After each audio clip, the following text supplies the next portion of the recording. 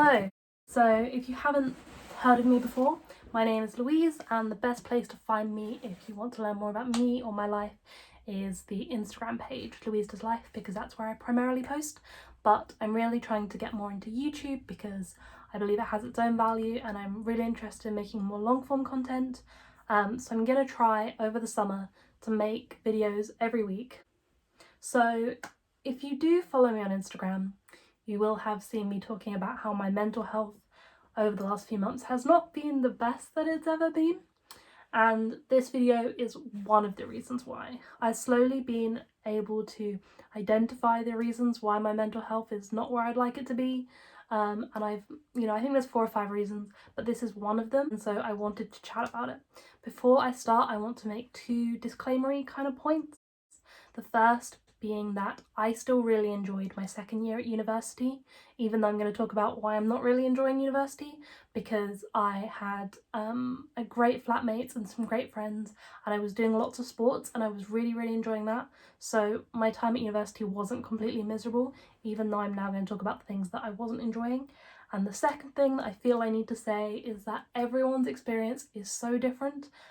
Different universities are completely different, and different faculties within the same university are completely different, and everyone gets such a different experience. So please don't take what I say as the final word and decide that university is awful or that my university is awful. It's really so individual. This is actually the second time that I'm filming this video, because I already filmed it before, but then when I was watching it back, trying to edit it, I was just ranting too much. And I really want these videos to be valuable, so I always ask myself when I'm filming these YouTube videos, why am I filming them? And I hadn't really thought about that when I filmed it before. So I've now made some notes, and I've actually worked out there are 3 reasons why I'm filming this YouTube video.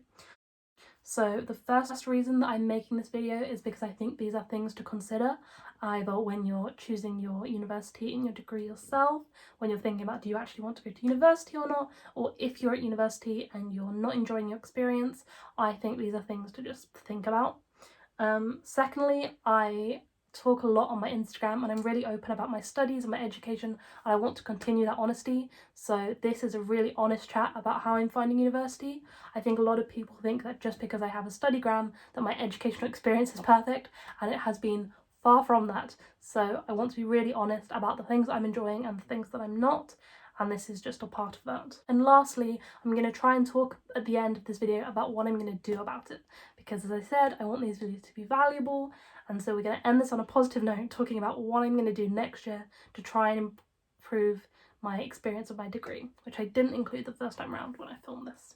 With all that ranting and introduction over, let's get into why I'm not really enjoying my degree at the moment. So the first reason, and this is the main reason, is that I personally find lectures really unengaging. At my university, most lectures are between 200 and 500 people. They're these huge class sizes, and it kind of feels a lot of the time like death by PowerPoint. Someone will stand at the front and read a PowerPoint to you, and that is it. They're not very interactive at all, and I personally don't find that that works for STEM subjects at all. I find that's not the way to teach maths and physics. So I often just feel so unengaged in lectures. I don't enjoy them. And I found especially that if I don't understand a little thing in a lecture, I then really struggle to understand the rest of the lecture. Quite often our lecturers will ask us, has everyone understood what's going on? Do you have any questions? And if you've got a specific question, they're more than happy to answer it, but you can't just put your hand up and be like, no, I haven't understood any of this lecture. Yeah, lectures don't work for me. Some people really enjoy them, but I just personally don't like them at all. And I know I'm not the only person that feels that way, but as I said, they do work for some people, but I just find them so boring and unengaging, if I'm being honest. Since the coronavirus, I've been doing pretty much all of my work independently, and I have been getting on with it so much better. I've been finding the content so much more interesting. I've been understanding things. But everyone always says that, if you don't go to lectures, you're going to get bad grades, or that especially in my group of friends, everyone that I'm friends with is very intelligent and cares about their studies, and they sort of look down on you if you don't go to lectures. But I can understand why people don't, especially in the age of replay. I personally will be going to a lot less lectures in the future. I need to just make that decision because I personally work so much better when I'm working independently. I think in an ideal world, I would be ahead of the material and then I would go to the lectures so that I can consolidate my information, also for the social, because let's not lie, most of my friends are people that I've met through my course, and getting to see them every day in lectures is wonderful. And also, as an extra note, we have drop-in sessions, but again, I find the drop-in sessions are only useful if you have a specific question, quite often because they're run by like PhD students or paid assistants, and they're not going to explain the entire course to you. So if you go along and say, I'm stuck on question 6, can you help me see where I've gone wrong? They are more than happy to help you. But if you go along and you're like, I haven't understood anything in the last 2 weeks, they're going to be like, well, maybe you should go read some material. So yeah. The second point that I want to talk about is having no small group teaching, and this is something that I was really disappointed about, I think, when I headed to uni. I knew this was going to happen, but I didn't realise how much I would dislike it.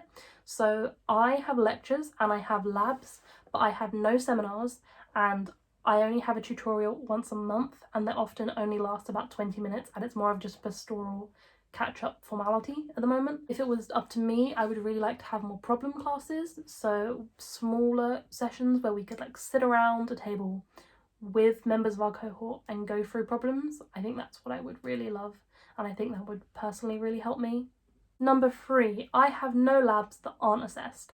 And the reason for this, which is really understandable, is that they've got so many students to get through the lab timetables, and they only have so many lab facilities and so many staff, so they don't have time to do labs that aren't assessed. But the issue with this is that labs don't really feel like a learning opportunity. There is no time in a lab to just make mistakes and learn things, because you're also being assessed, and that makes the experience a lot more stressful. And so I normally dread labs, to be honest, because they're assessed and they're difficult and they're not this learning opportunity that they're like made out to be. Obviously, yes, you do come away at the end of a block of labs knowing more than you did going in, and you have learnt some valuable skills, but I find that the journey to get there is really stressful. Number 4 is that our course is very theory based and we don't have many exciting practical projects. The other day I was watching the SpaceX launch, and the thing that got to me was when everyone started clapping, and I was like, oh, we're meant to be excited about engineering. And I can't remember the last time that I was truly excited in that like childish way about engineering. And I think that's because when I was in secondary school, I didn't do engineering specifically, but I came to realise that I was interested in engineering because I was interested in all these different things, and I heard about it and I was like, oh my god, this sounds perfect. And I like to imagine it as if I had this like spark of interest, and then I was hoping I was going to go to university and have that spark ignited and it would become huge. And instead, university didn't do that, and it kind of fizzled out, to the point where I remember last summer I was thinking that I've decided I don't want to do engineering as like my passion. You know, I was like, I'm happy with it, I enjoy it, I'll do it as my 9-to-5 career, but I also want to do other things. So I didn't do any extracurricular engineering because I was like, I want to have other hobbies. I want to focus on Louise Does Life and sports, and you know, I have other interests and I want to read books about other things.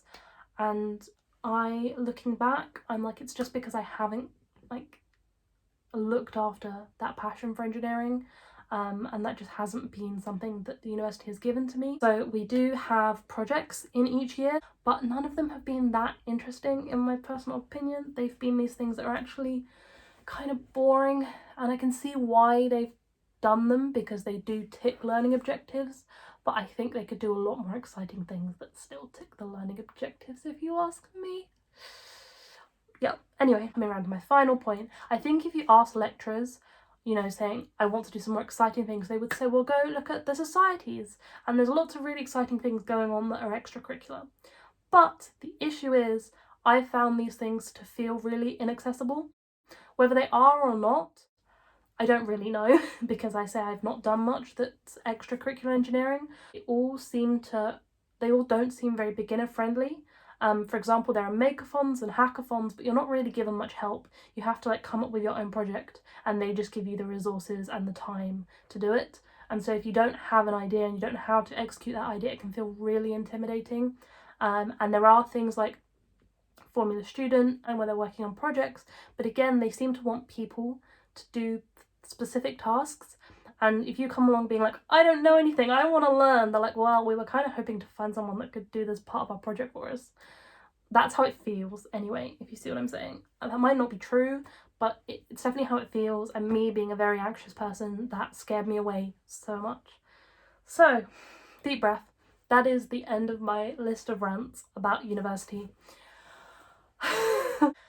As you can see, my studies are not perfect. Before I go, I want to end this video talking about what I'm going to do about it, because I don't want to end this video on a negative note, and also I need you to help keep me accountable, make sure I actually do these things. So, first of all, I need to read books and watch documentaries about engineering to help rekindle my interest. Number 2, I need to network and look into career opportunities, because all of the career opportunities that we've been given at uni have been really boring, and it's made me feel very unexcited about my career, and I want to feel excited about my career again. I need to be ambitious, you know, I can do this, but so networking and careers. Number 3, I need to do some of my own fun engineering projects, because that way it doesn't matter how bad I am. I own a 3D printer, and I own some Lego robots, and I own a laptop with loads of coding software. So I need to just Google some random project ideas and do some things. Number 4, I need to try and do some of these extracurricular clubs, which might be hard in light of coronavirus, but I just need to like jump in the boat and do them. Even if I do like Robot Wars or a Makeathon and my group comes last, it doesn't matter. It doesn't matter, Louise. I can turn up to those things and be shit, and I just need to do them, and I know they won't be as bad as I think they will be. And number 5, I need to engage with my studies more, which I've really been doing since coronavirus and since working independently, and I think that's really working for me, and I think the more I engage with my studies, the more I'm going to enjoy them. So, that's the end of my rambly video. I hope you found it interesting, and I hope it helps me to keep the communication between me and you really honest. Thank you for watching, and I'll see you next week.